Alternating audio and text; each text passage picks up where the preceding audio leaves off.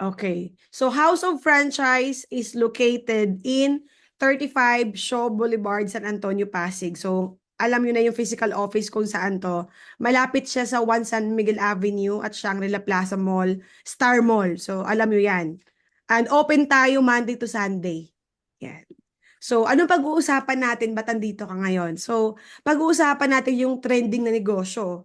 Yung may kinalaman sa add to cart, alam natin yan, mahilig tayo mag-add to cart, scroll-scroll dito, ang dami na naiipong add to cart dyan sa Lazada mo, no?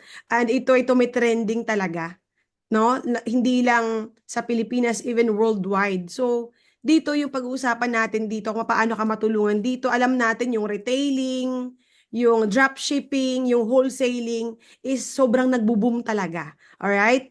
At ang pinakamaganda dito is related siya sa franchising. So, ano ba yung